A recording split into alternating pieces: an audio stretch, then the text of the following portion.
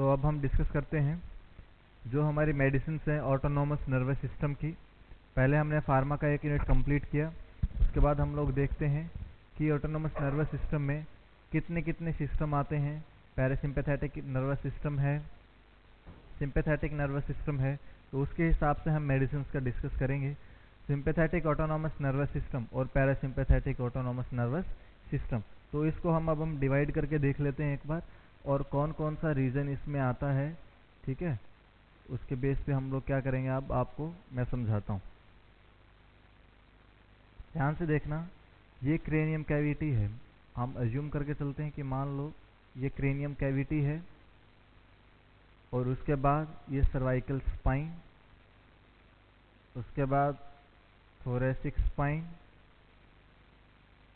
फिर lumbar spine, और सबसे लास्ट में क्या बनाना है, सैक्रम। ठीक है, अब जो सिंपैथेटिक ऑटोनोमस नर्वस सिस्टम है, एक चीज हमेशा याद रखना, ये जो पार्ट है हमारा, ये जो पार्ट है मतलब क्या, जो सर्वाइकल स्पाइन है, जो सर्वाइकल स्पाइन है उसका ऑटोनोमस नर्वस सिस्टम में कोई भी रोल नहीं होता। No role of cervical spine in autonomous nervous system, in autonomous nervous system. तो एक चीज तो ये होगा क्लियर कि सर्वाइकल स्पाइन का कोई भी हमारे में कोई भी रोल नहीं है। ठीक है, नेक्स्ट वन की हम बात करते हैं थोरेसिक। कौन सी स्पाइन की बात करते हैं, थोरेसिक स्पाइन की, थोरेसिक स्पाइन। दूसरी बात करते हैं हम लोग लंबर स्पाइन की। किसकी बात करते हैं, लंबर स्पाइन की, लंबर स्पाइन। ध्यान से सुनना, thoracolumbar system is also known as sympathetic autonomous nervous system. thoracolumbar system, thoracolumbar region बोलो या सिस्टम बोलो। ठीक है, thoracolumbar रीजन बोलो या फिर सिस्टम बोलो। इस thoracospine को हम क्या बोल सकते हैं, डोर्सल स्पाइन। क्या बोल सकते हो आप लोग, डोर्सल स्पाइन। अगर आप लोगों ने इसको डोर्सल स्पाइन बोला, अब दूसरा नाम इसका हम बोल सकते हैं डोर्सोलंबर रीजन, डोर्सोलंबर रीजन या फिर सिस्टम, आप लोग इसको क्या कर सकते हो, बोल सकते हो। ठीक है, तो कितने पार्ट हो गए हमारे पास, एक पार्ट हुआ इसका सिंपैथेटिक का थोरैकोलंबर, या दूसरा क्या है, डोर्सोलंबर, दोनों। ठीक है, ये एक ही बात है। और लास्ट वाला कौन सा था, ये सैक्रम। ठीक है, लास्ट वाला कौन सा था, सैक्रम। अब हमेशा एक चीज याद रखना कि इसमें क्या होता है, जितनी भी स्मूथ मसल्स हैं, जितनी भी स्मूथ मसल्स हैं, ब्रोंकाई है, ब्लैडर है, ठीक है, ब्रोंकाई हो गया, ब्रोंक्यूल्स हो गए, ये सब के सब क्या होंगे, रिलैक्स होंगे। सबके सब क्या करवाता है, ये रिलैक्स करवाता है। ठीक है, स्मूथ मसल्स, ब्रोंकाई और ब्लैडर, ये सब के सब क्या होंगे, ये रिलैक्स होंगे। ये आपको क्या करना है, हमेशा माइंड में रखना है। ठीक है, नेक्स्ट हम लोग बात करते हैं कि ये जो क्रेनियम कैविटी है, कौन सी कैविटी है, ये क्रेनियम कैविटी। चलो मैं फिर से एक बार दोबारा बना देता हूं ये डायग्राम, मान के चलते हैं। ये कौन सी कैविटी हुई, क्रेनियम कैविटी, और लास्ट वाली कौन सी कैविटी थी, सैक्रम। कौन सी कैविटी थी, सैक्रम। तो एक चीज याद रखना, क्रेनियम और सैक्रम को मिलाकर के एक पार्ट बनता है क्रेनियोसैक्रल रीजन, क्रेनियोसैक्रल रीजन। ठीक है, सैक्रल, क्रेनियोसैक्रल रीजन, ये किसका पार्ट होता है, पीएनएस का, पैरासिम्पैथेटिक नर्वस सिस्टम, या पैरासिम्पैथेटिक ऑटोनोमस नर्वस सिस्टम। ठीक है, दूसरा हम लोग देखते हैं, अब इसमें यहाँ पे तो क्या हुआ था, स्मूथ मसल्स का, ब्रोंकाई का और ब्लैडर का क्या हुआ था, रिलैक्सेशन हुआ था। लेकिन यहाँ पर जितनी भी स्मूथ मसल्स हैं, ब्रोंकाई है, ब्लैडर है या प्यूपिल है, ठीक है, इन सब का क्या होता है, कॉन्स्ट्रिक्शन। इन सब का क्या होता है, कॉन्स्ट्रिक्शन यहाँ पर होगा। ठीक है, एक इंपॉर्टेंट चीज आप लोग सब माइंड में रखना कि ये जो सर्वाइकल स्पाइन है, ये जो सर्वाइकल स्पाइन है, इसको भूल जाना। इसको क्या करना है, भूल जाना, क्योंकि it is not a part of autonomous nervous system.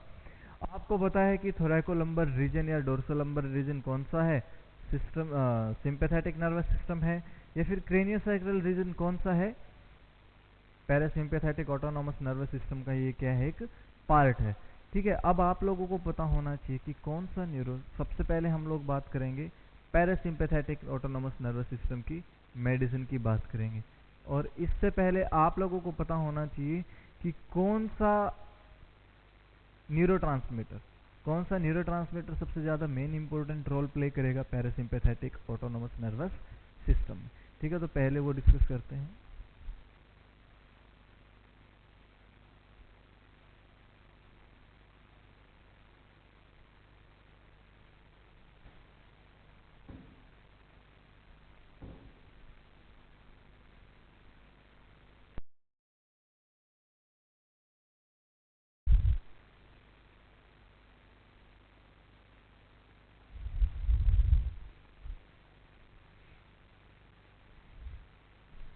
सबसे पहले हम लोग बात करते हैं पीएनएस, पैरासिम्पैथेटिक नर्वस सिस्टम।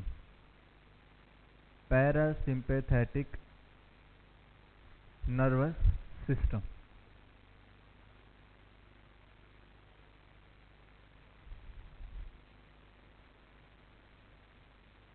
ठीक है। सबसे पहले कौन से टॉपिक की बात करते हैं, पैरासिम्पैथेटिक नर्वस सिस्टम की बात करेंगे।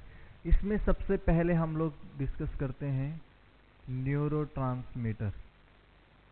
न्यूरोट्रांसमीटर कौन सा रोल प्ले करेगा, ठीक है।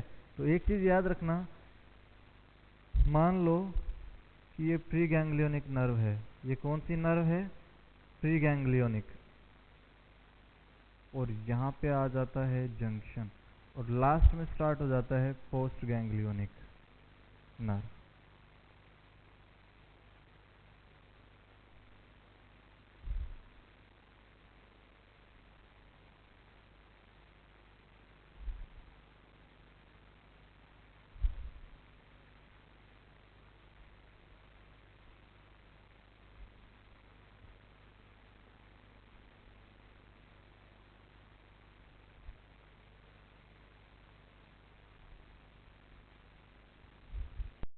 ठीक है, तो ये क्या है, प्री गैंग्लियोनिक नर्व है। ये कौन सी नर्व है, pre ganglionic nerve. Pre ganglionic nerve, इसमें भी कौन सा होगा, एसिटाइल कोलिन न्यूरोट्रांसमीटर। कौन सा न्यूरोट्रांसमीटर होगा, एसिटाइल कोलिन न्यूरोट्रांसमीटर।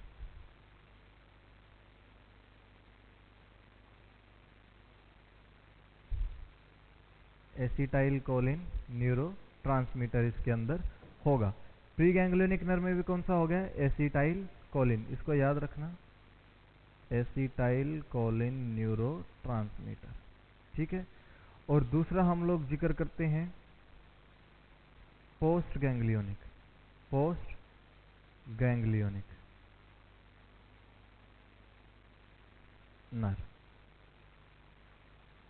उसमें भी क्या होगा, ये जितने मैंने पार्ट आप लोगों को दिखाए हैं ये सब, ठीक है, इसमें भी क्या होता है, acetyl choline.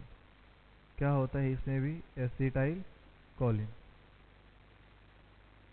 Acetyl choline.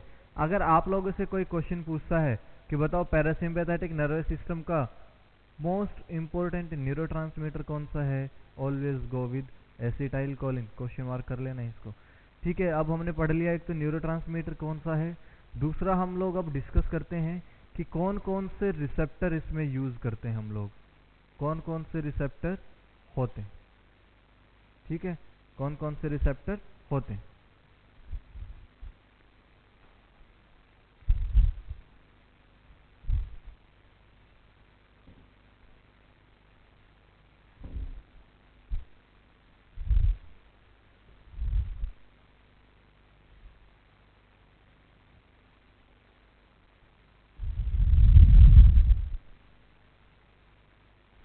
Receptors of PNS, receptors of PNS. तो रिसेप्टर्स में हम लोग देखते हैं कि दो तरह के आते हैं। कितने आते हैं? दो तरह के। एक आता है मस्कैरेनिक रिसेप्टर और दूसरा आता है nicotinic receptor, nicotinic receptor, sorry nicotinic receptor. देखो होता क्या है, जो सबसे ज्यादा, अब हम दो चीजों का ख्याल रखते हैं कि कौन सा स्ट्रॉन्ग रिसेप्टर है और कौन सा सेंसिटिव रिसेप्टर है, कौन सा स्ट्रॉन्ग रिसेप्टर है और कौन सा सेंसिटिव रिसेप्टर है। ठीक है, तो कौन सा स्ट्रॉन्ग है और कौन सा सेंसिटिव है। तो हमेशा एक बात याद रखना, जो सबसे सेंसिटिव रिसेप्टर होगा वो कौन सा होगा? Muscarinic receptor. सेंसिटिव रिसेप्टर कौन सा होगा? Muscarinic receptor. लेकिन अगर पावरफुल की बात करते हो तो कौन सा होगा स्ट्रॉन्ग रिसेप्टर? निकोटिनिक होगा strong receptor. Okay, got it. तो नेक्स्ट हम लोग बात करते हैं स्ट्रॉन्ग रिसेप्टर, सेंसिटिव रिसेप्टर। दूसरा, हम इनके अलग अलग रिसेप्टर्स की बात करते हैं। सबसे पहला हम लोग लिखते हैं M1। पहला रिसेप्टर कौन सा आएगा मस्कैरेनिक में? M1। M1 ये क्या करेगा, कहां कहां पे ये काम करेगा? ये काम करेगा ब्रेन पे, और दूसरा कहां करेगा? स्टमक पे। क्या क्या करेगा? ब्रेन और स्टमक पे काम करेगा। ये ब्रेन पे क्या करेगा? कॉग्निशन पावर को बढ़ाएगा, कॉग्निटिव पावर को, और दूसरा क्या करेगा? मेमोरी को। इन दोनों को क्या करता है? इंक्रीज करता है। क्या करता है ये? इंक्रीज करता है। ठीक है, स्टमक पे क्या करेगा? मैंने बोला था स्मूथ मसल्स, क्या करवाएगा? रिलैक्स करवाएगा। इसका मतलब जीआई सिक्रीशन क्या हो जाएंगे? डिक्रीज। जीआई सिक्रीशन क्या होंगे? डिक्रीज होंगे। ठीक है, सॉरी, जीआई सिक्रीशन क्या होंगे? इंक्रीज होंगे। क्या होंगे? इंक्रीज होंगे। और स्मूथ मसल्स को क्या करवाएगा? कॉन्ट्रैक्ट करवाता है। क्या करवाएगा? कॉन्ट्रैक्ट करवाएगा ये। ठीक है, दूसरा डिस्कस करते हैं हम लोग M2। दूसरा हम लोग क्या डिस्कस करते हैं? M2। ये किस पे काम करेगा? हार्ट पे। किस पे काम करेगा? हार्ट पे। हमेशा एक चीज याद रखना, जो पैरासिम्पैथेटिक नर्वस सिस्टम है, जो पैरासिम्पैथेटिक नर्वस सिस्टम है वो हार्ट पे कैसा काम करता है? इनिबिटरी। कैसा काम करेगा? इनिबिटरी। मतलब हार्ट रेट क्या हो जाएगी? डिक्रीज। हार्ट रेट क्या होगी? डिक्रीज होगी। जैसे हार्ट रेट अब डिक्रीज हो रही है, ध्यान से सुनना, हार्ट रेट क्या हो रही है? डिक्रीज हुई। तो इसका मतलब जब भी टैकीकार्डिया की कोई कंडीशन आती है या पीएसवीटी को टर्मिनेट करना हो तो कौन सी मेडिसिन आप लोग यूज करोगे? ऐसी मेडिसिन जो पैरासिम्पैथेटिक नर्वस सिस्टम को क्या करती हो? कंट्रोल करती हो। ठीक है, नेक्स्ट वन की हम लोग बात करते हैं M3। M1 हुआ, M2 हो गया, अब हम बात करते हैं M3।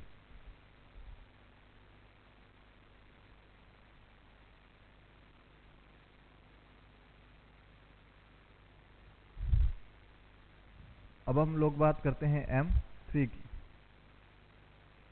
M3 क्या करेगा? ध्यान से सुनना आप। M3 मस्कैरेनिक थर्ड क्या करता है? ये जितने भी रेस्ट ऑफ ऑर्गन हैं, रेस्ट ऑफ ऑर्गन्स हैं, फॉर एग्जाम्पल प्यूपिल, प्यूपिल में क्या करवाएगा? मियोसिस। क्या करवाता है? मियोसिस। मियोसिस मतलब कंस्ट्रिक्शन ऑफ प्यूपिल, ठीक है। दूसरा ब्लैडर, क्या हुआ? ब्लैडर, उसको क्या करवाएगा? उसकी मसल्स को कॉन्ट्रैक्ट करवाएगा। क्या करवाएगा? उसको कॉन्ट्रैक्ट करवाएगा। नेक्स्ट वन की अगर हम बात करते हैं, लैक्रिमल ग्लैंड या लैक्रिमेशन, टीयरिंग, ठीक है, उसको क्या करेगा? बढ़ाएगा। सेलाइवेशन या अदर कोई भी सिक्रीशन है, अदर सिक्रीशंस जो भी हैं, उन सब को क्या करवाएगा? ये तीनों को इंक्रीज करवाएगा। इन सब का क्या करवाएगा? ये इंक्रीज करवाएगा। M3 रेस्ट ऑफ ऑर्गन्स पे, प्यूपिल पे मियोसिस करवाएगा, ब्लैडर का कॉन्ट्रैक्ट करवाएगा, लैक्रिमेशन, सेलाइवेशन और अदर सिक्रीशंस, इन सबको क्या करता है? ये इंक्रीज करवा देगा। उसके बाद हम बात करते हैं कि दो और आते हैं, इसके कौन कौन से और आते हैं? दो और आएंगे, M4 और M5। इनका कोई भी मेन फंक्शन नहीं होता। क्या नहीं होता? कोई भी मेन फंक्शन नहीं होता। ये खाली क्या करवाते हैं? रेगुलेशन करवाते हैं। ये क्या करवाते हैं? Help in the regulation of, जो M1, M2 और M3 जो भी रिसेप्टर काम करेगा, उनके रेगुलेशन में कौन हेल्प करेगा? M4 और M5, ठीक है। नो मेन फंक्शन, बट क्या करते हैं? सिर्फ और सिर्फ रेगुलेशन ऑफ M1, M2 और M3 का क्या करवाएंगे? ये रेगुलेशन करवाएंगे। ओके, M1, M2 और M3 का क्या करवाएंगे? रेगुलेशन, ये करवाने का काम करते हैं, ठीक है। ये तो क्या हो गया? अगर आप लोगों से कोई पूछे इसको M से डिनोट करना है और इसको N से डिनोट करना है, ठीक है। तो अगर आप लोगों से कोई पूछे कि सेंसिटिव रिसेप्टर कौन सा है, तो मस्कैरेनिक क्या है? ज़्यादा सेंसिटिव रिसेप्टर है निकोटिनिक से। अगर कोई स्ट्रॉन्ग की पूछे कि कौन सा स्ट्रॉन्ग रिसेप्टर है, तो निकोटोनिक ज़्यादा स्ट्रॉन्ग रिसेप्टर है, किससे? मस्कैरेनिक से, ठीक है। नेक्स्ट हम लोग डिस्कस करते हैं स्ट्रॉन्ग रिसेप्टर की। निकोटिनिक जो रिसेप्टर है उसकी हम लोग बात करते हैं कि निकोटिनिक क्या काम करता है। ध्यान से सुनना। अब मैंने पहले ही बोला है कि निकोटिनिक कैसा रिसेप्टर है? स्ट्रॉन्ग रिसेप्टर है। अगर हम इसके डिवीज़न की बात करते हैं तो यार इसके पास सिर्फ और सिर्फ दो रिसेप्टर होते हैं। एक होता है न्यूरोमस्कुलर जंक्शन, न्यूरोमस्कुलर जंक्शन पे, और दूसरा क्या होता है? NN, इसको बोला जाता है एंटीकोलिनर्जिक। एंटीकोलिनर्जिक इफेक्ट भी आएगा। ये दोनों काम कर सकता है, एंटीकोलिनर्जिक भी कर सकता है और पैरासिम्पैथोमिमेटिक्स एक्टिविटी, पैरासिम्पैथोमिमेटिक्स एक्टिविटी। ध्यान से सुनना। अब इसका मतलब है क्या? इसका मतलब देखना, एंटीकोलिनर्जिक, जो ये एंटीकोलिनर्जिक है, पैरासिम्पैथोमिमेटिक्स एक्टिविटी। एंटीकोलिनर्जिक मतलब क्या है? जो पैरासिम्पैथेट, जो हम PNS की बात करते हैं, इसको बोला जाता है कोलिनर्जिक। क्या बोला जाएगा? कोलिनर्जिक। देखो ध्यान से सुनना, एंटीकोलिनर्जिक मतलब PNS के अपोजिट भी काम करेगा, ये PNS के अपोजिट काम करेगा। और पैरासिम्पैथोमिमेटिक्स, मिमेटिक्स का मतलब मिमिक्री करना, सेम एक्टिविटी करना। पैरासिम्पैथेटिक की तरह भी क्या करेगा? एक्टिविटी करेगा। इसलिए ये जो रिसेप्टर है ये बोथ पे काम कर सकता है। ये जो रिसेप्टर है क्या करेगा? Act on both, act on both sympathetic nervous system और पैरासिम्पैथेटिक नर्वस सिस्टम, ये दोनों पे काम करेगा। लेकिन जो न्यूरोमस्कुलर जंक्शन है, न्यूरोमस्कुलर जंक्शन है,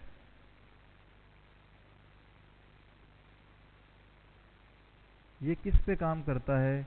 या तो न्यूरो मतलब ब्रेन पे, सॉरी नर्वस सिस्टम, सॉरी क्या करेगा ये? न्यूरो मतलब क्या है? मस्कुलर। अब ध्यान से सुनना, एक ऐसा जॉइंट जहां पॉइंट जहां पे दोनों प्रेजेंट हों, इसका मतलब हम क्या बोल सकते हैं? Skeleton muscles. कौन सी मसल्स बोलोगे आप लोग? Skeleton muscles. वहां पे कौन सा रिसेप्टर काम करेगा? NM। कौन सा करेगा? न्यूरोमस्कुलर जंक्शन वाला रिसेप्टर NM काम करेगा, ठीक है। तो अब हमारे पास कितने रिसेप्टर थे? हमारे पास दो रिसेप्टर थे। एक था हमारे पास मस्कैरेनिक रिसेप्टर जिसको हमने M से डिनोट किया था, और दूसरा क्या था? निकोटिनिक रिसेप्टर जिसको हमने किससे डिनोट किया था? N से डिनोट किया था। मस्कैरेनिक रिसेप्टर में हम लोगों ने 5 रिसेप्टर के बारे में पढ़ा है, M1, M2, M3 and M4 और M5। M1 का काम क्या था? It act on stomach and brain. Brain with eventually help in the increase cognition and memory, but and the stomach in which क्या होता था? स्टमक में क्या था कि गैस्ट्रिक सिक्रीशंस क्या हो रहे थे? इंक्रीज हो रहे थे। M2 की हमने बात करी, it act on heart, cardiac muscles पे काम करता है, लेकिन कैसा? इनिबिटरी, उसकी एक्टिविटी को बढ़ाने के बजाय क्या करेगा? कम करना स्टार्ट कर देगा। Third one M3। M3 क्या था कि रेस्ट ऑफ ऑर्गन, मोस्टली जितने ऑर्गन्स हमारे पास बचे जैसे प्यूपिल हो गया वहाँ पे मियोसिस करवाएगा। स्मूथ मसल्स का क्या करवाता है? कॉन्ट्रैक्शन करवाता है। ब्लैडर का कॉन्ट्रैक्शन करवाएगा। लैक्रिमेशन, सलाइवेशन, इन सब का क्या करवाता है? वो इंक्रीज करवाएगा। रिलीज वगैरह जो सिक्रीशन है सबको क्या करवाएगा? इंक्रीज करवाएगा। अब हम बात करते हैं M4 और M5 की। इनका कोई मेन फंक्शन नहीं होता, बट M1, M2 और M3 की रेगुलेशन में कौन हेल्प करते हैं? M4 और M5, लेकिन किसी पर्टिकुलर ऑर्गन पे कोई मेन फंक्शन इनका नहीं होता। नेक्स्ट वन की हम वो लोग बात करते हैं स्ट्रॉन्ग रिसेप्टर, स्ट्रॉन्ग रिसेप्टर नहीं, निकोटिनिक रिसेप्टर। निकोटिनिक रिसेप्टर जिसको हम क्या बोलते हैं? स्ट्रॉन्ग रिसेप्टर बोला जाता है। इसके दो टाइप्स होते हैं, न्यूरोमस्कुलर, और दूसरा क्या होता है? एंटीकोलिनर्जिक और पैरासिम्पैथोमिमेटिक एक्टिविटी को जो परफॉर्म करता हो। अब अगर आप लोगों से कोई पूछे कि मोस्ट सेंसिटिव कौन सा है, अब ध्यान से सुनना, सेंसिटिव का मतलब क्या है कि जो मोस्टली डायरेक्ट ऑर्गन्स पे काम करता है सारे, कौन सा होता है? वो सेंसिटिव रिसेप्टर मस्कैरेनिक। लेकिन स्ट्रॉन्ग रिसेप्टर क्या है? देखो इस दोनों एक्टिविटी शो करने की वजह से क्या बोला गया इसको?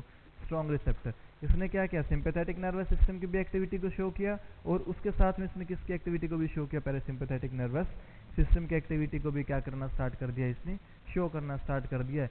ठीक है, तो अब आप लोगों को रिसेप्टर क्लियर हो जाना चाहिए। मैं एक बार फिर से लिख देता हूँ कि कितने टाइप हैं इसके। 5 टाइप होते हैं। कितने टाइप होते हैं? 5। M1, M2, M3, M4 and M5।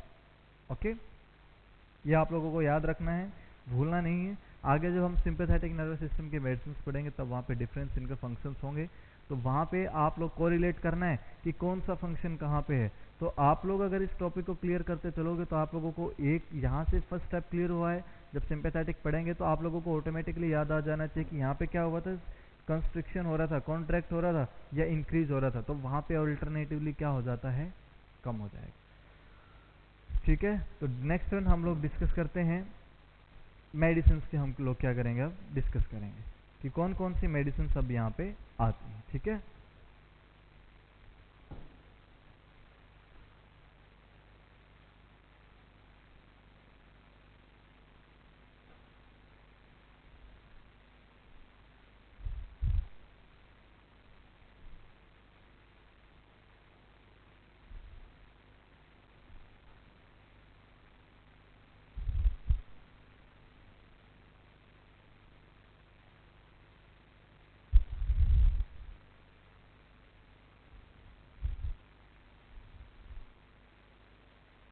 अब बात करते हैं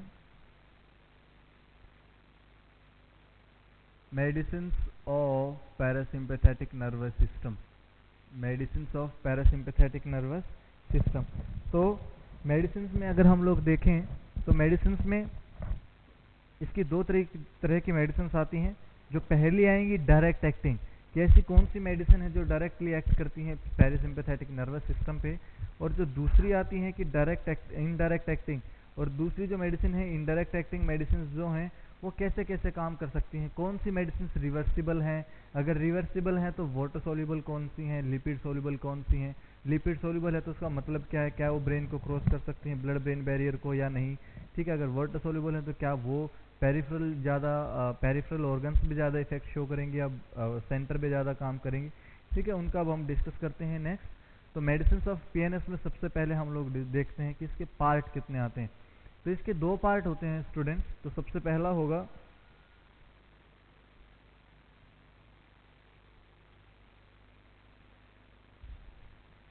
direct acting medicine, direct acting medicine, और दूसरा होगा indirect acting medicine, indirect acting medicine, indirect acting medicine. देखना ध्यान से कि जो डायरेक्ट एक्टिंग है इनको दूसरा नाम क्या बोला जाता है? पैरासिम्पैथोमिमेटिक्स, पैरासिम्पैथोमिमेटिक्स। मतलब क्या करती हैं ये? पैरासिम्पैथेटिक नर्वस सिस्टम की मिमिक्री करेंगी। देखो मैंने क्या लिखा है, डायरेक्ट एक्टिंग, जो सीधा क्या काम करेंगी? पैरासिम्पैथेटिक नर्वस सिस्टम पे काम करेंगी। अब उसकी तरह ही काम करना है, सेम वर्क कर रही हैं, तो डायरेक्टली एक्टिंग मेडिसिन को क्या बोला जाएगा? पैरासिम्पैथोमिमेटिक्स मेडिसिन बोला जाएगा। दूसरा हम लोग डिस्कस करते हैं कि इनडायरेक्ट एक्टिंग जो मेडिसिन हैं, इनडायरेक्ट एक्टिंग जो मेडिसिन हैं ये क्या होती हैं? कोलिनेस्टरेज ब्लॉकर, कोलिनेस्टरेज ब्लॉकर्स मेडिसिन, जो कोलिनेस्टरेज एंजाइम की एक्टिविटी को क्या कर देंगी? बिल्कुल खत्म कर देंगी। ठीक है, तो अब देखते हैं कि अब इसमें डिफरेंस क्या क्या है। डायरेक्ट एक्टिंग मेडिसिन के हम लोग सबसे पहले नाम लिख लेते हैं कि कौन कौन सी मेडिसिन यहाँ पे आएंगी। ठीक है,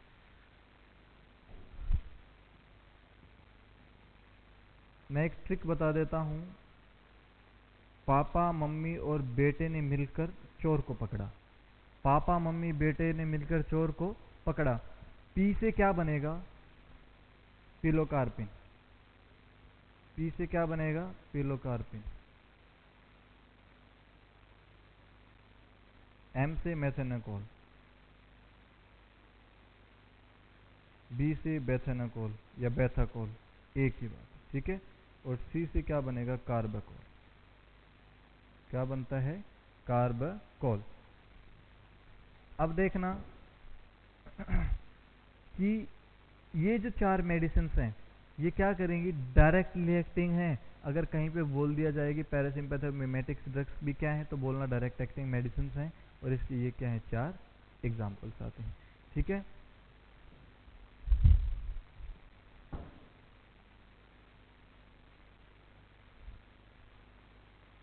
अब देखना जो ये पिलोकार्पिन है, ये जो पिलोकार्पिन है इसका करना क्या है, कैसे यूज करते हैं इसको? अब देखना पिलोकार्पिन, ध्यान से सुनना। अब मैंने आप लोगों को बताया था कि पिलोकार्पिन की M3 जो निकोटिनिक जो मस्करिनिक जो रिसेप्टर है M3 क्या करता था? रेस्ट ऑफ ऑर्गन्स, प्यूपिल का क्या करवाता था? मियोसिस। प्यूपिल का क्या करवाता था? Meiosis, meiosis.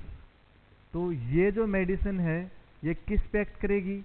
इस प्यूपिल पे एक्ट करेगी। इसका मतलब कौन से रिसेप्टर पे काम करना है? M3 रिसेप्टर पे क्या करेगा? ये काम करेगा। कौन से रिसेप्टर पे काम करेगी मेडिसिन? M3 पे। पी से याद रखना, प्यूपिल पे क्या करवाएगी? Meiosis, constriction of प्यूपिल। उसके बाद याद रखना कि इसको यूज क्या कहाँ किया जाता है? अगर कहीं पे इंक्रीज इंट्राओक्यूलर प्रेशर, अगर इंट्राओक्यूलर प्रेशर इंक्रीज हो गया हो, मतलब कौन सी डिजीज में? इंट्राओक्यूलर प्रेशर कौन सी डिजीज में इंक्रीज होता है? ग्लूकोमा में। कौन सी में इंक्रीज होता है? ग्लूकोमा में। दूसरी चीज जो आती है वो कहाँ पे हम लोग इसको यूज कर सकते हैं पिलोकार्पिन को? दूसरा, पोस्ट कैटरेक्ट सर्जरी में भी इसको हम लोग यूज कर सकते हैं। पोस्ट कैटरेक्ट सर्जरी में इसलिए यूज करना है, दूसरी तो पहली तो बात याद रखना कि इंट्राओक्यूलर प्रेशर कहीं पे इंक्रीज ना हो गया हो। ठीक है, अगर हो गया हो तो इसको रिलीव करना है। दूसरा, ये जितनी भी मेडिसिन हैं सारी की सारी, ये जो मेडिसिन है डायरेक्ट एक्टिंग, ये कैसी मेडिसिन होती हैं? Short acting, short acting. ये कम टाइम के लिए इफेक्टिव रहती हैं, तो ये रिलीव हैवीनेस, ये क्या करती हैं? हैवीनेस रिलीव कर देंगी। किससे? आंखों से, from I, after post cataract surgery. ठीक है, ये क्या करेंगी? ये दो चीज मेन याद रखना, इंक्रीज इंट्राओक्यूलर प्रेशर अगर ग्लूकोमा में है तब आप लोग कौन सी यूज कर सकते हो? पिलोकार्पिन। पोस्ट कैटरेक्ट सर्जरी है। तीसरा याद रखना, it is a very short acting drug, sorry very short नहीं, short acting, it is short acting drug, it is short acting drug. Next one हम लोग डिस्कस करते हैं कि एक तो पिलोकार्पिन हो गई, अब दूसरे का हम लोग डिस्कस करेंगे मेथेनोकोल का। किसका डिस्कस करेंगे? मेथेनोकोल का डिस्कस करेंगे।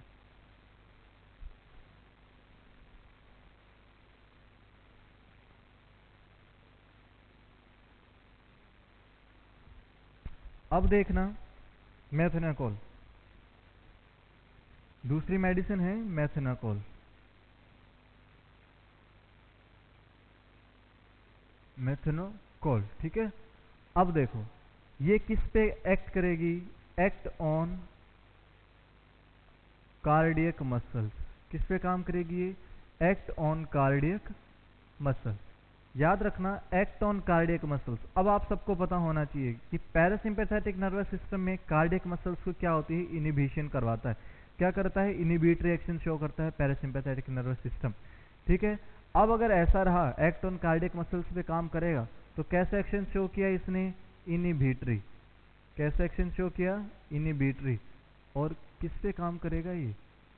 M2 रिसेप्टर पे काम करेगा। Act on M2 receptor. कौन से रिसेप्टर पे काम करेगा? M2 पे। मैंने बताया था कि M1 पे तो किस पे काम किया था? ब्रेन पे और स्टमक पे किया था, और M2 ने हार्ट पे किया था, और M3 ने क्या किया था? M3 ने क्या किया था? रेस्ट ऑफ ऑर्गन्स पे क्या किया था? अपना एक्शन शो किया था। लेकिन M2 का क्या काम था? कि वो इनिबिशन का काम करवाता था, ठीक है। अब यहाँ पे ऐसी कंडीशन जहाँ पे भी हार्ट रेट इंक्रीज हो चुकी हो, क्या हो गया हो? जहाँ पे हार्ट रेट इंक्रीज होगी हो, हार्ट रेट अगर बहुत ज़्यादा इंक्रीज हो रही है, पैरोक्सिस्मल सुप्रावेंट्रिकुलर टैकिकार्डिया को अगर टर्मिनेट करना है,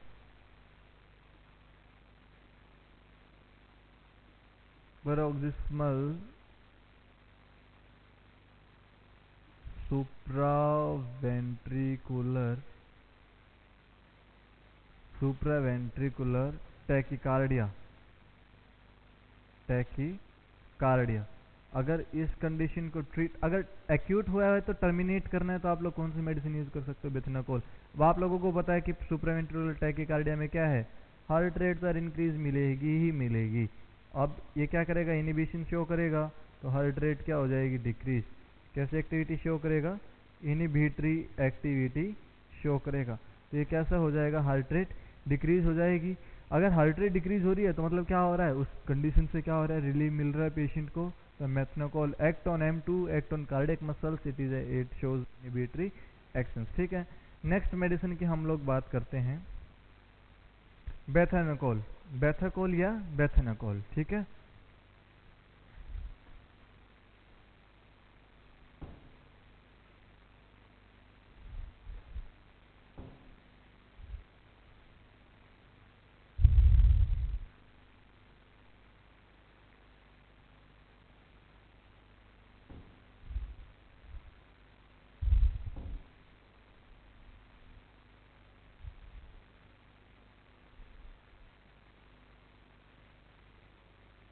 बेथाकोल बोलो या बेथाकोलिन बोलो, एक ही बात है।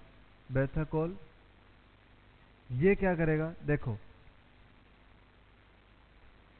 किसी भी कंडीशन में, पोस्ट ऑपरेटिव कंडीशन के बाद, किसी भी पेशेंट को अगर यूरिनरी रिटेंशन हो गया हो, किसी को क्या हो गया हो? यूरिनरी रिटेंशन हो गया हो। ध्यान से सुनना, यूरिनरी रिटेंशन हुआ हो, और होता कैसे है यूरिनरी रिटेंशन? अगर उसकी जो नेक है, जो यूरिनरी ब्लैडर की जो नेक है, यूरिनरी ब्लैडर की जो नेक है, वो तो क्या है? वो क्या है? वो तो नॉर्मल है, ठीक है। लेकिन जो अपर बॉडी थी वो क्या थी? जो अपर बॉडी थी वो क्या थी? वो क्या हो रही है? बार बार रिलैक्स हो रही है। बहुत ज़्यादा रिलैक्स होने की वजह से क्या होगा? उसमें कोई कॉन्ट्रैक्शन नहीं आएगी, ठीक है। अब ये नेक क्या है? नॉर्मल है, मतलब उस टाइम पे क्या है? क्लोज। अब ये क्लोज है तो क्या होगा? यूरिन बाहर नहीं आएगा। अब यूरिन बाहर नहीं आ रहा है बार बार, यूपर से बहुत ज़्यादा रिलैक्स है, तो ये बार बार कंस्ट्रिक्शन करवाता है। ये मेडिसिन किसकी कंस्ट्रक्शन करवाएगी? यूरिनरी ब्लैडर की अपर मसल्स की। यूरिनरी ब्लैडर की जो कौन सी मसल्स होंगी? अपर मसल्स होंगी। ध्यान से सुनना, अपर मसल्स की मैं एक डायग्राम बना के दिखाता हूं कि मान लो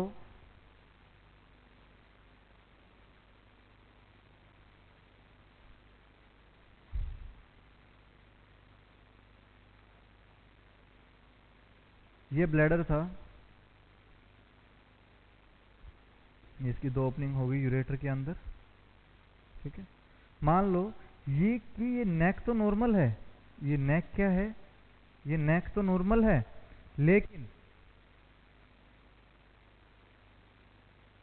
कि नेक तो नॉर्मल है लेकिन जो अपर मसल्स थी वो बिल्कुल रिलैक्स हो रखी हैं। क्या हो रखी हैं? अपर मसल्स रिलैक्स हो रखी हैं। अब ये जितनी ज़्यादा रिलैक्स रहेंगी क्या होगा? यूरिन क्या होगा? रिटेंशन हो जाएगी। यूरिन क्या होगा? रिटेंशन होगी। ये नॉर्मली ओपन नहीं हो रही है, ये नॉर्मली क्या नहीं हो पा रही? नॉर्मल ओपन नहीं हो पा रही है। तो जो ये वेंट्रिकल है ये क्या करेगा? ये जो स्मूथ मसल्स हैं इसकी क्या करवाएगा? कॉन्ट्रैक्शन करवाएगा, from outward to inward, outward to inward. क्या करवाएगा? ये कॉन्ट्रैक्शन करवाएगा, ठीक है। क्या करवाएगा? कॉन्ट्रैक्शन करवाएगा। जब नेक्स्ट टाइम अगर इसका कोई स्ट्रक्चर बनेगा तो ये अंदर की तरफ मसल्स आ जाएंगी। अब कॉन्ट्रैक्शन हुआ तो जो ये नेक होगी ये ओपन हो जाएगी। नेक क्या हो जाएगी? ओपन होगी और पेशेंट इजीली क्या कर सकता है? यूरिन पास कर सकता है। Okay, got it. तो पेशेंट इजीली क्या कर सकता है? यूरिन को पास कर सकता है, ठीक है। तो क्या करेगा? जो अपर मसल्स थी उसमें कॉन्ट्रैक्शन आएंगी। अपर मसल्स में कॉन्ट्रैक्शन आने के बाद क्या होता है? तो नीचे की जो नेक है वो एक्सटेंड होगी, बार बार क्या होगा? यूरिन की का फ्लो किसके नीचे बढ़े, कि कहाँ बढ़ेगा? नीचे की तरफ। पोस्ट ऑफ में यूरिन रिटेंशन किसकी वजह से होता है? एनेस्थेटिक की वजह से। एनेस्थेटिक कंडीशन या एनेस्थीसिया जो किसी पेशेंट को दिया जाता है उसकी वजह से क्या होता है? किसी भी पेशेंट को यूरिन रिटेंशन हो जाता है। ओके, अब नेक्स्ट मेडिसिन की हम लोग बात करते हैं, कार्बेकोल। नेक्स्ट मेडिसिन की बात करेंगे, कार्बेकोल मेडिसिन की बात करते हैं। नेक्स्ट मेडिसिन है कार्बेकोल। अब एक चीज याद रखना, कार्बेकोल का फंक्शन क्या है? हमने 3 डिस्कस किए थे। सबसे पहले हमने मेस्कैरिनिक को डिस्कस किया था, उसके बाद हमने निकोटिनिक को डिस्कस किया था। लास्ट मेडिसिन जो बचती है कार्बेकोल। लास्ट मेडिसिन कौन सी बचती है? कार्बेकोल। उसमें जो होगा, अब हमने पढ़ लिया इसके 3 रिसेप्टर के बारे में। लास्ट जो है कार्बेकोल,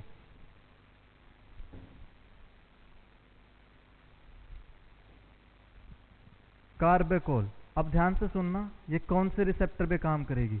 ये जो कार्बेकोल है ये काम करती है निकोटिनिक रिसेप्टर पे। कौन से रिसेप्टर पे काम करेगी? निकोटिनिक रिसेप्टर पे। एक मेडिसिन का नाम आता है नियोस्टिग्माइन। नियोस्टिग्माइन ये सेम इसकी तरह काम करेगी। इसका मतलब ये कैसी मेडिसिन है? N N receptor. Nicotinic receptor का सब टाइप कौन सा था? एन एन, जो एंटीकोलिनर्जिक एक्टिविटी शो करता था। कैसे एक्टिविटी शो करता था? एंटीकोलिनर्जिक एक्टिविटी शो करता था, जिसकी वजह से क्या होता था कि इससे सिंपैथेटिक नर्वस सिस्टम भी और पैरासिम्पैथेटिक नर्वस सिस्टम भी दोनों के दोनों क्या करते थे? एक्टिविटी शो करते थे। नेक्स्ट टॉपिक में हम लोग पढ़ेंगे कि नियोस्टिग्मिन क्या है। जो एक्टिविटी नियोस्टिग्मिन शो करेगी, सेम एक्टिविटी किसकी होंगी? किसकी होंगी सेम एक्टिविटी? कार्बेकोल मेडिसिन की एक्टिविटी होंगी। Neostigmine is a drug of choice in myasthenia gravis. आगे डिस्कस करेंगे। ये तो हो गया हमारी मेडिसिन पीएनएस की। कैसी मेडिसिन थी? जो डायरेक्टली एक्ट कर रही थी। क्या कर रही थी? डायरेक्टली एक्ट कर रही थी। पहला मैंने आप लोगों को बताया था कि एक ट्रिक मैं याद करने के लिए बताया था मैंने, पापा मम्मी और बेटे ने मिलकर चोर को पकड़ा। पिलोकार्पिन, पिलोकार्पिन, मैथाकोलिन या मैथेनाकोल, बेथाकोल, और लास्ट वन मेडिसिन कौन सी है? कार्बाकोल। ये 4 मेडिसिन किसमें आती हैं? हमारी मेडिसिन ऑफ पीएनएस में, जो डायरेक्टली एक्टिंग वर्क करते हैं, ठीक है। नेक्स्ट हम लोग डिस्कस करते हैं indirectly acting medicine. Indirectly acting medicine.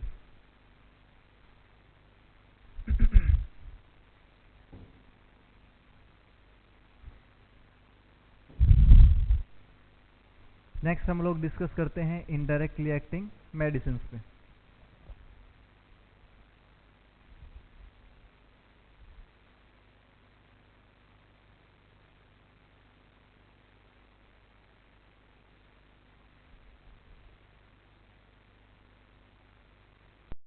Indirectly acting medicine. अब ये मेडिसिन जो हैं ये किस तरीके से काम करेंगे, मैंने पहले बताया था, जो डायरेक्ट काम कर रही थी, क्या कर रही थी, डायरेक्ट काम कर रही थी, ठीक है। तो अब हम इसमें डिस्कस करेंगे इनडायरेक्टली एक्टिंग में कि कौन सी मेडिसिन रिवर्सिबल हैं और कौन सी मेडिसिन इरिवर्सिबल हैं। तो इसको हम दो में चेंज करेंगे,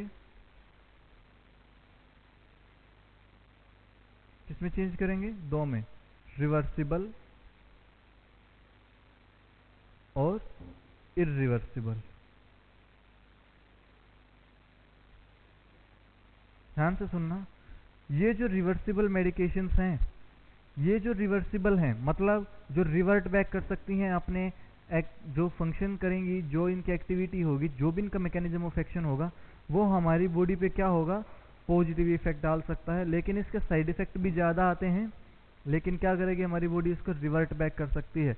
लेकिन इरिवर्सिबल क्या है, इरिवर्सिबल का कोई भी हम मतलब देखो, इरिवर्सिबल इसके जो टॉक्सिक इफेक्ट हमारी बॉडी पे आएंगे उसको हम रिवर्ट बैक नॉर्मलाइज नहीं कर सकते, उसको हम नॉर्मल नहीं कर सकते। तो अब रिवर्सिबल की टाइप सुनना कौन कौन सी होती हैं। रिवर्सिबल की पहली टाइप होती है, रिवर्सिबल की पहली टाइप जो होगी वाटर सोल्यूबल। कौन सी होगी, वाटर सोल्यूबल, सॉरी पहले लिपिड सोल्यूबल का डिस्कस करेंगे, लिपिड सोल्यूबल। और दूसरी कौन सी होंगी, वाटर सोल्यूबल। कौन सी होंगी दूसरी, वाटर सोल्यूबल। जो लिपिड सोल्यूबल हैं, जो लिपिड सोल्यूबल हैं, आई थिंक आप सबको दिखेगा यहाँ तक, यहीं तक लिखता हूँ मैं। लिपिड सोल्यूबल में सबसे पहली जो आएगी मेडिसिन वो कौन सी आएगी, फर्स्ट वन वो आती है डोनाजेपिल, दूसरी आएगी रिवास्ट्रेगमिन,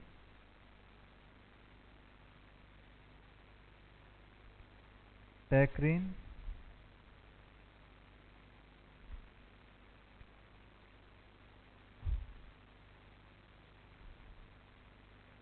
डोनाजेपिल, रिवास्ट्रेगमिन, टैक्रीन, ये 3-4 मेडिसिन आती हैं जो आप लोग क्या कर सकते हो, इसमें यूज कर सकते हो।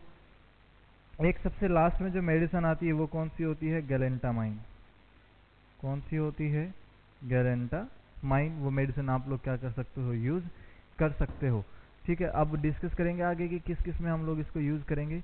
वाटर सोल्यूबल, लिपिड सोल्यूबल का मतलब क्या है, जो ब्लड ब्रेन बैरियर को क्या करेगी, क्रॉस करेगी, ब्लड ब्रेन बैरियर को क्या करेंगी, क्रॉस करेंगी। लेकिन वाटर सोल्यूबल का मतलब क्या है, एक्ट ऑन पेरिफेरल सरफेस, जो पेरिफेरल ऑर्गन्स पे काम करेंगी। किस पे काम करेंगी, एक्ट ऑन पेरिफेरल ऑर्गन पे जो काम करती हैं। पहले कौन सी आएगी, नियोस्टिग्मीन। कौन सी आएगी, नियोस्टिग्माइन। दूसरी कौन सी आएगी, फाइसोस्टिग्मिन,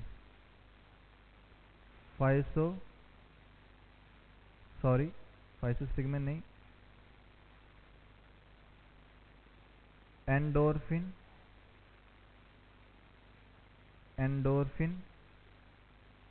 और लास्ट वन कौन सी आती है, नियोस्टिग्मिन, एंडोर्फिन, और लास्ट में आती है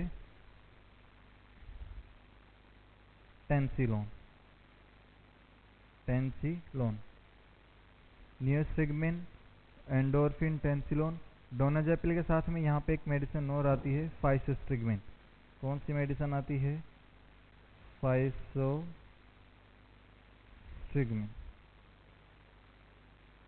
ठीक है, फाइसोस्टिग्मिन ये मेडिसिन आती है। यहाँ पे नियोस्टिग्मिन, एंडोर्फिन और टेंसिलोन ये मेडिसिन आती हैं। आप लोग इसको याद रखना।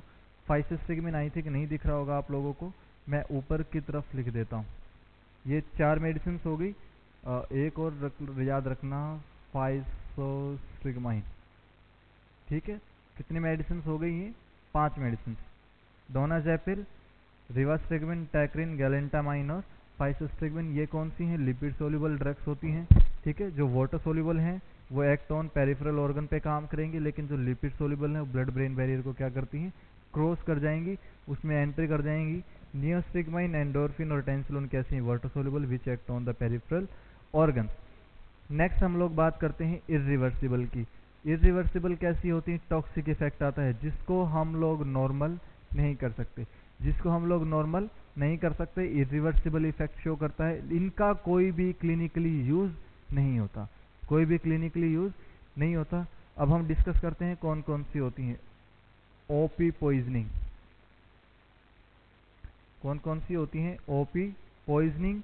दूसरा क्या होता है? कार्बामेट्स।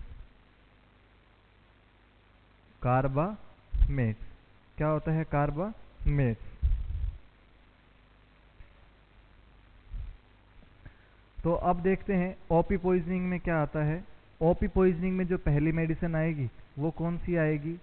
देखो, organophosphate poisoning, organophosphate poisoning, parathion, parathion, THION, parathion, malathion, diazinon. Third one कौन सी आएगी? डाइएजिनोन। ठीक है, डाइएजिनोन। ये तीन मेडिसिन किसमें? पैराथियोन, मैलाथियोन और डाइएजिनोन किसमें आती है? ऑर्गेनोफॉस्फेट पॉइजनिंग में।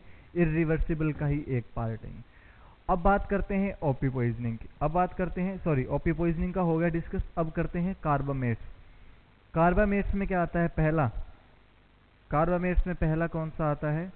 कार्बोरिल, कार्बारिल, कार्बोरिल, सॉरी, कार्बोरिल। सेकंड कौन सी आती है? पैरोक्सर, पैरोक्सर, PAROXUR, पैरोक्सर। ठीक है, आई थिंक ये विजिबल होगा आप सबको, पैरोक्सर। ठीक है, अब देखते हैं इसको एक और नाम दिया जाता है, बिगनाइट्स, बिगनाइट्स। ठीक है, याद रखना, बिगनाइट्स याद रखा जाता है। ठीक है, इन दोनों का एंटीडोट माना जाता है, इन दोनों का एंटीडोट क्या माना जाता है? एट्रोपिन सल्फेट, एट्रोपिन सल्फेट क्या माना जाता है इनका एंटीडोट? Atropine sulphate. ठीक है, नेक्स्ट वन हम लोग सबसे पहले डिस्कस करेंगे रिवर्सिबल मेडिकेशंस में लिपिड सोल्यूबल मेडिकेशंस की। ठीक है, अब देखते हैं हम लोग, इतना नोट आउट कर लेना। ठीक है, जो साथ साथ में अगर आप लोग क्लासेस देखते हो, रिवर्सिबल में और रिवर्सिबल में, रिवर्सिबल में लिपिड सोल्यूबल और लिपिड सोल्यूबल वाटर सोल्यूबल है, इरिवर्सिबल में ओपी पॉइजनिंग है और कार्बामेट्स हैं। लेकिन इरिवर्सिबल में जो इरिवर्सिबल मेडिकेशंस हैं इनका कोई भी क्लिनिकली यूज़ हम लोग नहीं करते। कहीं देखा आपने किसी को ओपी पॉइजनिंग देते हुए?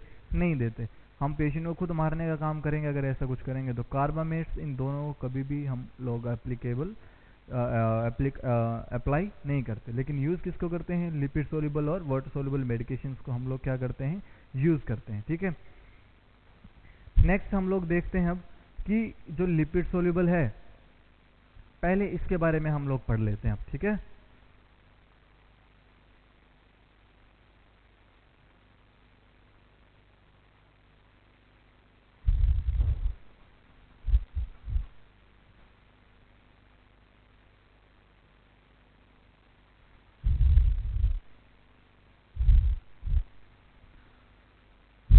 लिपिड सोल्यूबल मेडिकेशंस को अब हम देखते हैं। सबसे पहले देखते हैं डोनाजेपिल।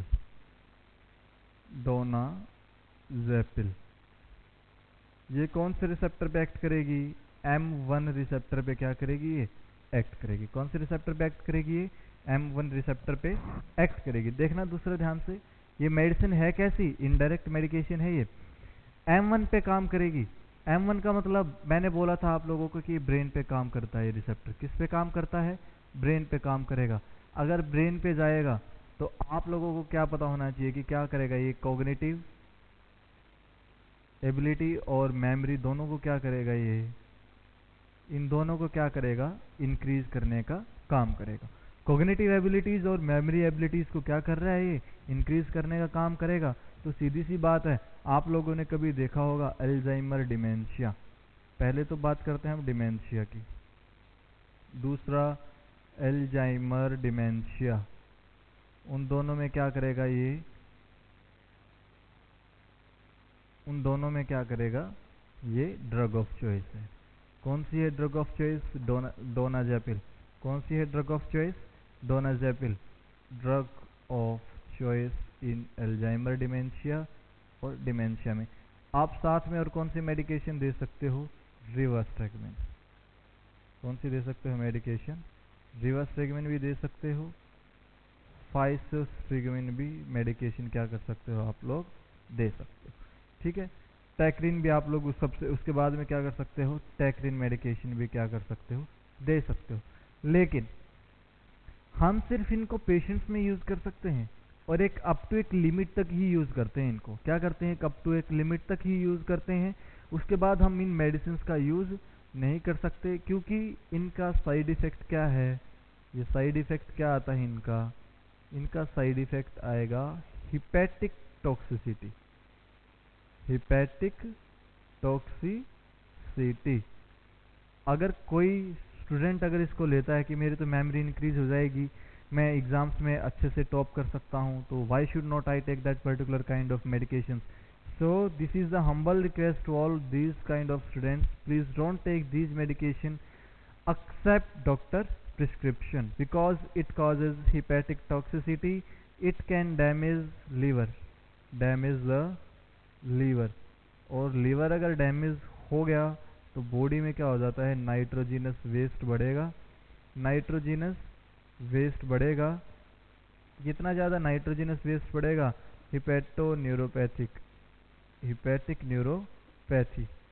क्या होगा, हिपैटिक न्यूरोपैथी, मतलब लीवर से रिलेटेड जितनी भी प्रॉब्लम थी वो वर्स्ट हो जाएंगी, बहुत ज़्यादा होना स्टार्ट हो जाएगा, जिसकी वजह से पेशेंट की क्या हो सकती है, डेथ हो सकती है। पेशेंट की क्या हो सकती है, डेथ हो सकती है। इस चीज़ को याद रखना, ठीक है, इस चीज़ को क्या करना है, हमेशा याद रखना। Hepatic toxicity is the main complication of which drugs, lipid soluble drugs. दूसरी बात कि अरे लिपिड सोल्यूबल बोला क्यों जाता है इनको, हमेशा एक चीज़ याद रखना स्टूडेंट, कि जो हमारा ब्रेन है, लिपिड सोल्यूबल का एक चीज़ मैं बता देता हूँ, जो लिपिड सोल्यूबल है, जो हमारा ब्रेन है वो 60% किससे बना होता है, लिपिड का बना होता है। किसका बना होता है, 60% लिपिड का बना होता है। और अब क्या ऐसी मेडिसिन है ये, लिपिड सोल्यूबल, तो आप लोग ये मेडिकेशन प्रोवाइड कर सकते हो पेशेंट को, और क्या हो सकता है, पेशेंट की मेमोरी इंक्रीज हो सकती है। ठीक है, ये आप लोग याद रखना। किसी भी पेशेंट का अगर आप लोग मेडिकेशन देते हो तो एक नर्सिंग का सबसे पहला रोल क्या है, monitor liver function test, monitor liver function test, question mark, monitor liver function test. Okay, ये तो हो गई हमारी कौन सी मेडिकेशन, डोनाजेपिल, रिवास्ट्रिगमेन, टैक्रिन और गैलेंटामाइन, लगभग इनका सेम काम रहता है। लेकिन फाइसोस्ट्रिगमेन कैसी मेडिकेशन है, इसका हम डिस्कस करते हैं अब।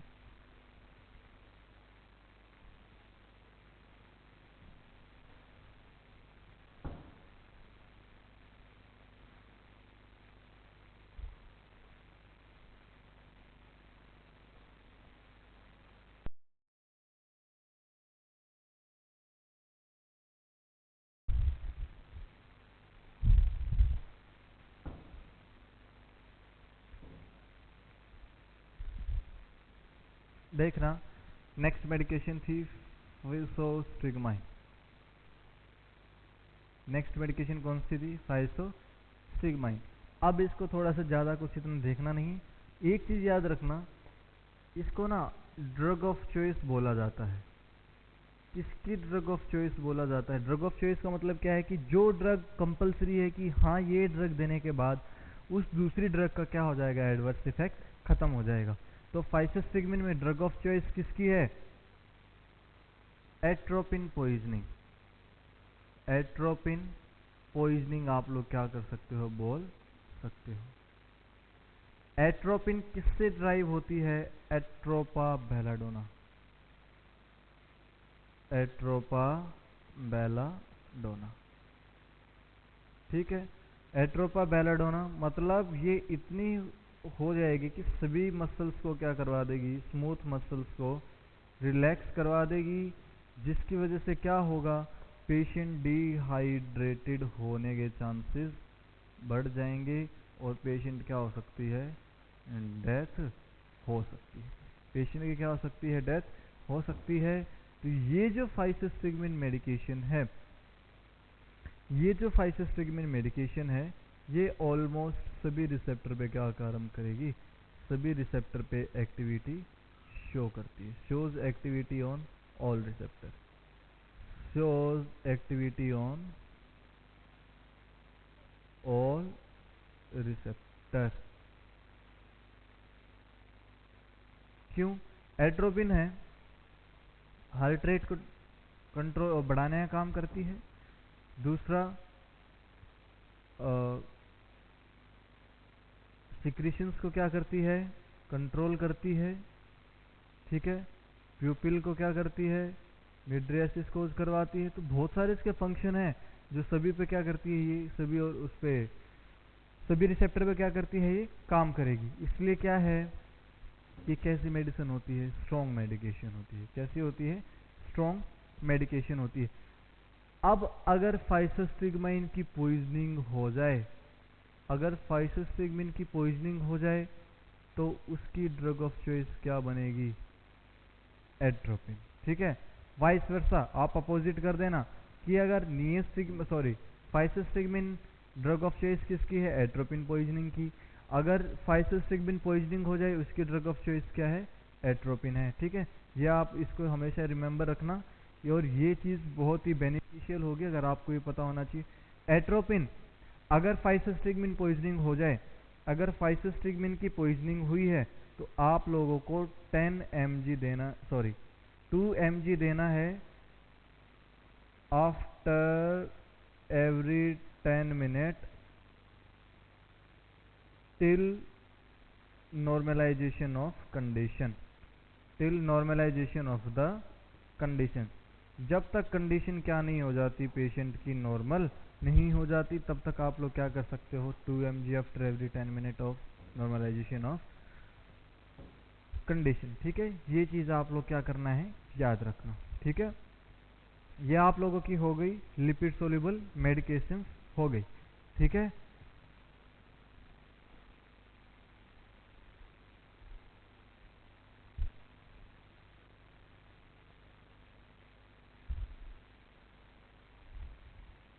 अब हम लोग डिस्कस करते हैं वाटर सोल्यूबल मेडिकेशन।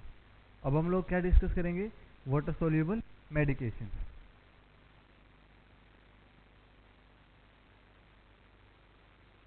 अब देखना वाटर सोल्यूबल का मतलब क्या है, वाटर सोल्यूबल का मतलब क्या है, एक्ट ऑन पेरिफेरल ऑर्गन। अब ध्यान से सुनना, अब पेरिफेरल ऑर्गन क्या है, पेरिफेरल ऑर्गन हमारा ब्लड सर्कुलेशन रहता है, बहुत अच्छे से ब्लड सर्कुलेशन फ्लो करता है वहां पर। ठीक है, तो अब उससे क्या होगा, अब उससे होगा क्या कि ये वाटर सोल्यूबल हैं और आप लोगों को पता होना चाहिए कि हमारे ब्लड में कंपोजिशन किसका होता है, मेजॉरिटी किसकी रहती है, वाटर की रहती है। तो अब वाटर सोल्यूबल मतलब एक्ट ऑन पेरिफेरल ऑर्गन्स। किस पे एक्ट करेगा ये, पेरिफेरल ऑर्गन्स पे क्या करेगा, ये एक्ट करेगा। पेरिफेरल ऑर्गन्स पे क्या करेगा, एक्ट करेगा। मैंने मेडिसिन के नाम बताए थे, नियोस्टिगमाइन, नियोस्टिगमाइन था पहला, दूसरा था एंडोर्फिन और तीसरा क्या था, टेंसिलोन। अब देखना ध्यान से स्टूडेंट्स कि जो वाटर सोल्यूबल है ये ट्रीटमेंट में किस किस की यूज होता है। तो पहले हम एक बार मेडिसिन का नाम फिर से लिख लेते हैं, नियोस्टिगमाइन। सेकेंड वन हम लिखेंगे एंडोर्फिन और थर्ड वन टेंसिलोन, टेंसिलोन। तो अब इस कंडीशन को अगर हम देखें, नियोस्टिगमाइन, अब हम सबसे पहले डिस्कस करते हैं नियोस्टिगमाइन का। ठीक है, कौन सी मेडिसिन का जिक्र करेंगे, नियोस्टिगमाइन का। तो हमेशा एक चीज याद रखना कि इसको कहाँ कहाँ दिया जाता है, कहाँ कहाँ पे इसका यूज होगा। पहला तो हमेशा याद रखना ड्रग ऑफ चॉइस है ये। देखो जो मैं ड्रग ऑफ चॉइस लिखता जा रहा हूँ उसको आप प्लीज ध्यान में रखना। ठीक है, उसको एक अलग से एक पेज पे लिखना। जब एग्ज़ाम्स के टाइम पे आप लोग स्टडी करने एग्ज़ाम्स के लिए जाते हो तो उससे 2-3 दिन पहले आप लोग ऐसे पर्टिकुलर पॉइंट को पढ़ सको। ज़रूरी नहीं है कि ऐसे ऐसे क्वेश्चन पूछे जाएं, डायरेक्टली क्वेश्चन आ जाते हैं ड्रग ऑफ चॉइसेस, तो आप लोगों को क्या करना है, ड्रग ऑफ चॉइसेस को याद रखना है। ठीक है, ड्रग ऑफ चॉइस किसकी है? सबसे पहला पॉइंट आएगा myasthenia gravis. Myasthenia gravis, myasthenia gravis. अपने मेगा स्टार जो मिस्टर अमिताभ बच्चन जी हैं, उनको किसकी प्रॉब्लम है? मिस्थीनिया ग्रेविस की प्रॉब्लम है। मतलब क्या होता है, रेस्पिरेटरी मसल्स क्या हो जाती हैं? वीक। रेस्पिरेटरी मसल्स हो जाती हैं वीक। एक टाइप से पैरालिसिस हो जाता है उनका। क्या हो जाता है? पैरालिसिस हो जाता है मसल्स का। तो सांस लेने में क्या हो जाती है? प्रॉब्लम। उसकी ड्रग ऑफ चॉइस क्या है? उसकी ड्रग ऑफ चॉइस है नियोस्टिग्मिन। ठीक है, दूसरा केस आता है ड्रग ऑफ चॉइस के अलावा, मिस्थीनिया ग्रेविस हो गया। दूसरा आता है paralytic ileus. Paralytic ileus. Peristaltic movement क्या हो गई? स्टॉप हो गई। कहाँ पे? इलियम में। कहाँ पे स्टॉप हो गई? इलियम में। Paralytic ileus, peristaltic movement stop, जिसकी वजह से क्या हो सकता है? कॉन्स्टिपेशन। क्या हो सकती है? कॉन्स्टिपेशन। तो उस कंडीशन में भी आप लोग क्या दे सकते हो? नियोस्टिग्मिन आप लोग क्या कर सकते हो? पेशेंट को दे सकते हो। थर्ड वन पैरालिटिक इलियस हुआ, मिस्थीनिया ग्रेविस हुआ। थर्ड वन आता है यूरिनरी रिटेंशन। Urinary retention. अगर कोई आफ्टर प्रोसीजर आप लोगों ने कोई मेडिसिन कोई प्रोसीजर हुआ था किसी पेशेंट का, उसको एनेस्थाइज किया गया था, तो पेशेंट का यूरिन क्या होगा? रिटेंशन हो रही है यूरिन की। तो उस टाइम पे आप लोग क्या यूज़ कर सकते हो? नियोस्टिग्मिन यूज़ कर सकते हो। ठीक है, नेक्स्ट वन हम लोग डिस्कस करते हैं। सबसे लास्ट में आता है cobra bite. Cobra bite. Cobra एक स्नेक है जो मोस्ट पॉइजनस स्नेक है। Indian cobra is the most poisonous snake in the whole world. तो अगर किसी कोबरा बाइट ने भी कोबरा ने क्या किया, कोई बाइट किया है, तो एक चीज़ हमेशा आप लोग याद रखना कि आप लोग यार डायरेक्ट इसमें नियोस्टिग्मिन नहीं देते। ये केस थोड़ा सा टिपिकल है। आप लोग इसमें कभी भी डायरेक्टली नियोस्टिग्मिन इसमें प्रोवाइड नहीं करोगे। सबसे पहला दिया जाता है इसमें एंटी वेनम। क्या दिया जाता है? एंटी वेनम दिया जाएगा। जो स्नेक के जो वेनम है, जो उसका जहर, जो उसका विष है, उसके अगेंस्ट क्या दिया जाएगा? एंटी वेनम, उसके पॉइजन को इफेक्ट को कम करने के लिए। या फिर आप लोग क्या दे सकते हो? एट्रोपिन दे सकते हो। एट्रोपिन के साथ में आप लोग क्या दे सकते हो? नियोस्टिग्माइन। नियोस्टिग्माइन। ठीक है, समझ में आया? आप लोग क्या कर सकते हो? एट्रोपिन प्लस नियोस्टिग्माइन उस पेशेंट को दे सकते हो जिसको किसने बाइट किया हो? Cobra bite. Question mark. ये क्वेश्चन अभी तक तो खैर कहीं पे पूछा नहीं गया है, लेकिन ये जरूर पूछा जा चुका है एंटी वेनम वाला। आगे फर्दर एग्जाम्स में हो सके कि पूछा जाए, तो इसका आप क्वेश्चन मार्क करना। कोबरा बाइट को एट्रोपिन नियोस्टिग्माइन ये क्या है, आप लोग प्रोवाइड कर सकते हो। ठीक है, क्या कर सकते हो? ये सब चीज़ें आप उसको प्रोवाइड कर सकते हो। दूसरा हम बात करते हैं एंडोर्फिन। एंडोर्फिन का क्या किया जाता है? ये सीवियरिटी चेक करता है। सीवियरिटी ऑफ मिस्थीनिया ग्रेविस की क्या करता है? ये चेक करता है कि मिस्थीनिया ग्रेविस की डिजीज जो है वो कितनी ज़्यादा सीवियर अभी तक हो चुकी है। जो टेंसिलोन है ये क्या करता है? To diagnose the myasthenia gravis. ये क्या करता है? डायग्नोज करता है किसको? Diagnose the myasthenia gravis. Okay, diagnose the myasthenia gravis. ये चीज़ें याद रखना। नियोस्टिग्मिन का मैंने आप लोगों को बताया है। मिस्थीनिया ग्रेविस में जिसमें रेस्पिरेटरी मसल्स की वीकनेस हो जाती है, एक टाइप से पैरालाइज हो जाता है। उसके बाद मैंने आप लोगों को बोला यूरिनरी रिटेंशन में आप लोग इसको यूज कर सकते हो।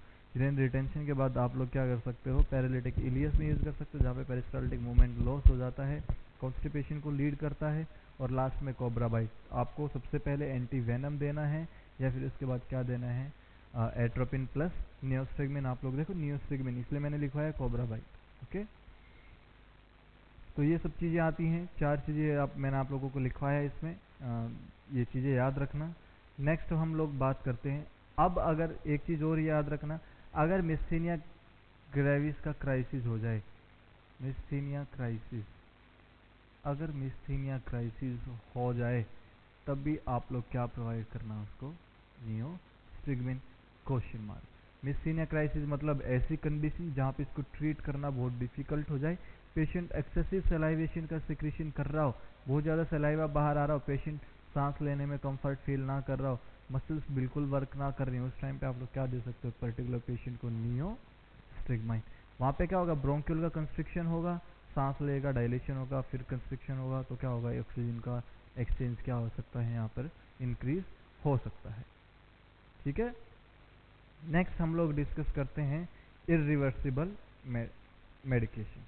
नेक्स्ट हम लोग क्या डिस्कस करेंगे, इरिवर्सिबल मेडिकेशन।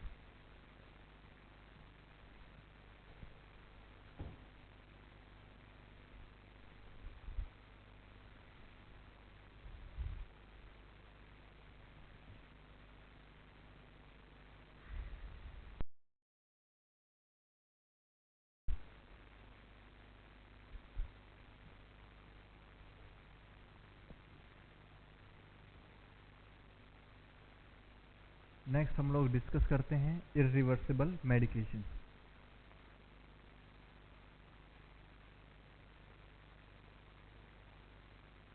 इरिवर्सिबल मेडिकेशन, तो इरिवर्सिबल में दो आती हैं, पहला कौन सी थी, पहली कौन सी थी, ओपी पॉइजनिंग थी। ओपी पॉइजनिंग की कितनी मेडिकेशन थी, पहली मेडिकेशन थी पैराथियन, दूसरी थी मैलाथियन,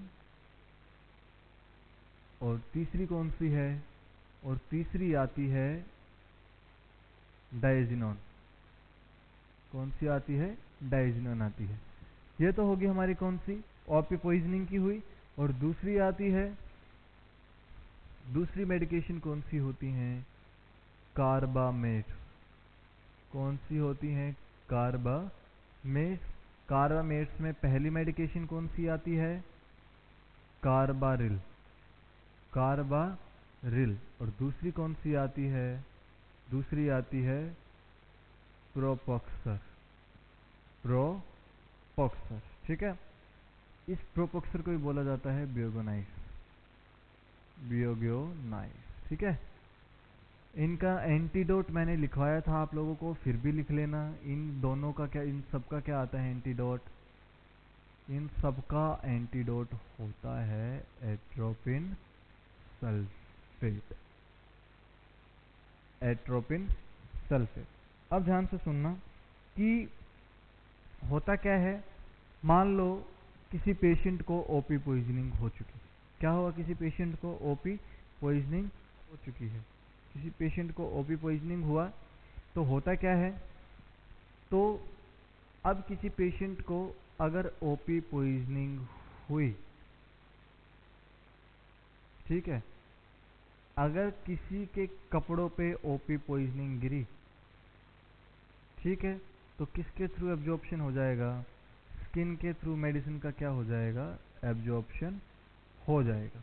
तो उस टाइम पे आप लोगों को क्या करना है, क्लॉथ को क्या करना है, remove the cloth, remove the cloth, और उसके बाद क्या करना है, वॉश द बॉडी, और बॉडी को क्या करना है आप लोगों ने, वॉश करना है। क्या करना है, वॉश करना है। पेशेंट के साइन सिम्टम्स क्या शो हो सकते हैं आपको इस कंडीशन में, सबसे पहला याद रखना, पिन पॉइंट प्यूपिल। क्या होगा, पिन पॉइंट प्यूपिल होगा। पेशेंट अनकॉन्शियस हो सकता है, पेशेंट क्या हो सकता है, अनकॉन्शियस होता है।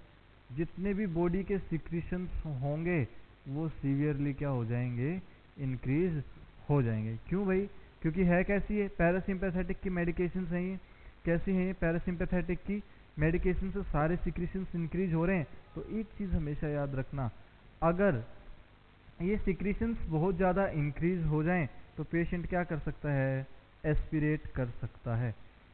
पेशेंट क्या कर सकता है, एस्पिरेट कर सकता है। क्या कर सकता है, एस्पिरेट। और क्या हो सकता है पेशेंट को, एस्पिरेटरी निमोनिया, एस्पिरेटरी निमोनिया, एस्पिरेटरी क्या हो सकता है, उसको निमोनिया देखने को मिल सकता है। ठीक है, उस कंडीशन में क्या किया आपने, क्लॉथ को फटाफट रिमूव किया, वॉश किया। अब ध्यान से सुनना, ये तो पेशेंट पे क्या हुआ था, क्लॉथ पे गिरा। अगर पेशेंट ने ओरली उसका इंजेक्शन किया, अगर उसको ओरली पेशेंट ने क्या कर लिया, इंगल्फ कर लिया या उसको पी लिया पेशेंट ने, तब आप लोगों को क्या करना है, गैस्ट्रिक लवाज करना है। क्या करना है, गैस्ट्रिक लवाज करना है कोल्ड वाटर के साथ। किसके साथ करना है, कोल्ड वाटर के साथ में क्या करना है, गैस्ट्रिक लवाज करना है। क्यों, पेशेंट ने ओरली लिया है, ध्यान से सुनना, आप गैस्ट्रिक लवाज करना है तो आप लोगों को किसकी रिक्वायरमेंट पड़ेगी, एनजी ट्यूबिंग की।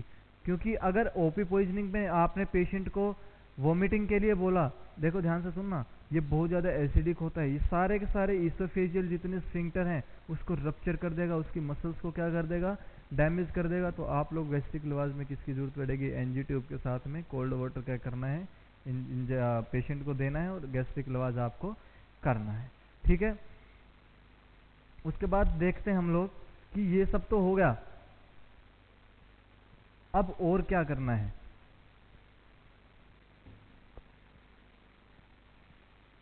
कि अब और क्या करना है, उसके बाद ध्यान से सुनना कि जब आप लोगों ने देख लिया कि यार इसके साइन सिम्टम्स आ रहे, आप लोगों ने एट्रोपिन दिया, गिव, क्या करना है, गिव एट्रोपिन। क्योंकि मैंने क्या बोला, इनका एंटीडोट क्या है, एट्रोपिन, गिव एट्रोपिन। कब तक देना है, टिल एट्रोपिनाइजेशन इस्टेब्लिश्ड, एट्रोपिनाइजेशन इस्टेब्लिश्ड। अब ध्यान से सुनना यार, ये एट्रोपिनाइजेशन क्या है, एट्रोपिनाइजेशन क्या है, एट्रोपिनाइजेशन है क्या, आप लोगों को एट्रोपिन तब तक देना है जब तक बॉडी के सिक्रीशन क्या नहीं हो जाते, बिल्कुल क्लियर नहीं हो जाते, बॉडी के सिक्रीशन बिल्कुल खत्म नहीं हो जाते हों। ठीक है, तो आप लोगों को क्या करना है, देखना है ओरल सिक्रीशन क्या हो गए हों, खत्म हो गए हों, ओरल सिक्रीशन क्या हो गए हैं, बिल्कुल खत्म हो गए हों। चेस्ट साउंड वो कैसी होनी चाहिए, बिल्कुल क्लियर होनी चाहिए। अब उसके अंदर कोई भी फ्लूइड प्रेजेंट नहीं होना चाहिए। अब पेशेंट की लंग्स कैविटी के अंदर कोई भी फ्लूइड नहीं है, चेस्ट साउंड क्लियर आ रही है, ओरल सिक्रीशन बिल्कुल कम हो गए, इस कंडीशन को क्या बोला जाता है, एट्रोपिनाइजेशन। इसको क्वेश्चन मार्क कर लेना, इंपॉर्टेंट है। ठीक है, अब हम बात करते हैं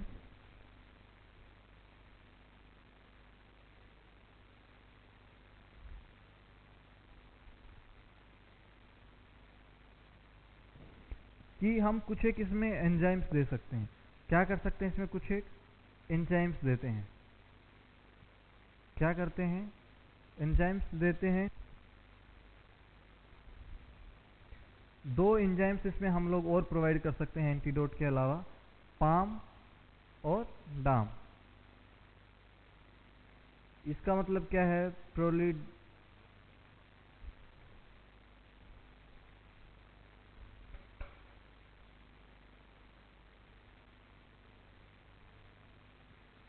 इसका मतलब क्या है, ट्रोलीडोग्जाइम। ठीक है, और डाम का मतलब क्या है, डाई एसिटाइल मोनो,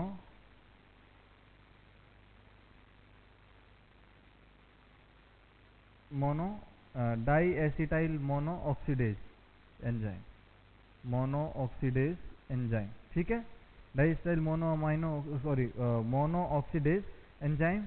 ये दो आप लोग क्या कर सकते हो, एंजाइम दे सकते हो। देखो इसका यूज क्या है, कि आप लोगों के दो देने की रिक्वायरमेंट क्यों रही, और आप लोगों को देना कब है, विद इन 4 आवर्स देना है, ये with in 4 hours of poisoning, 4 घंटे के अंदर अंदर आप लोगों को क्या करना है, ये दे देना है। फॉर एग्जाम्पल कि मान लो किसी पेशेंट ने, ये मान लो ये ब्लड स्ट्रीम है, ठीक है, ये कोई भी ओपी पॉइजनिंग की क्या थी, स्ट्रक्चर थी, ठीक है। अब आप लोगों ने उसको 4 घंटे तक कोई भी एंजाइम्स प्रोवाइड नहीं किया, तो क्या करेगा ये 4 घंटे के बाद, जैसे ही 4 घंटे से ज़्यादा का टाइम हुआ, ये जो एंजाइम है, सॉरी जो ओपी पॉइजनिंग के जो मॉलिक्यूल हैं, ये अपनी स्ट्रक्चर को ना चेंज कर लेंगे। क्या कर देंगे, अपनी स्ट्रक्चर को चेंज कर लेंगे। मतलब अगर यहाँ पे डायरेक्टली अगर ये जुड़ जाता, आकर के ये एंजाइम अगर डायरेक्टली इस पे जुड़ जाता तो इसकी एक्टिविटी को ख़त्म कर देते, लेकिन अब इसने अपने क्या हुआ, रिसेप्टर की साइट को ही चेंज कर दिया। अब यहाँ से अगर कोई एंजाइम हम लोग देते हैं, अब इसकी डायरेक्शन चेंज हो चुकी है। डायरेक्शन क्या हो चुकी है, चेंज हो चुकी है। तो ये एंजाइम इस पे कोई काम नहीं करेगा और ये आगे की तरफ चला जाएगा। अब ये आगे की तरफ चला गया, लेकिन क्या है, ओपी पॉइजनिंग तो वहीं पे ही है। ओपी पॉइजनिंग क्या है, उसके मॉलिक्यूल क्या है, वहीं पे ही है। तो ये क्या करेगा, फर्दर मोर डैमेज करेगा ब्लड वेसल्स को, और नर्वस सिस्टम और कार्डियोवास्कुलर सिस्टम दोनों को क्या करेगा, डैमेज करेगा, और पेशेंट की क्या हो जाएगी, डेथ होने के चांसेस बढ़ जाते हैं। तो आप लोगों को पाम और डाम कब देना है, with in 4 hours of poisoning. Palm का मतलब प्रेलिडोक्सिम और डैम का मतलब क्या है, डाइएथाइल मोनो ऑक्सीडेज एंजाइम।